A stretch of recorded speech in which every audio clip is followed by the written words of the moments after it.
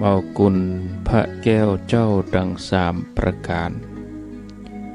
อันมีพระพุทธพระธรรมพระสงฆ์กุลพ่อกุลแม่กุลครูบาอาจารย์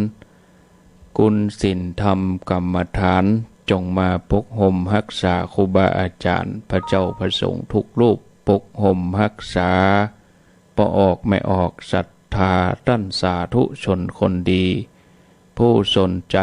ใฝ่ในธรรมทุกท่านขณะนี้เวลาตีสี่กับ30 นาทีตีสี่เกิง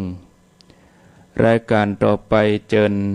ทุกท่านรับฟังรายการธรรมภิวัตรประจำวันการ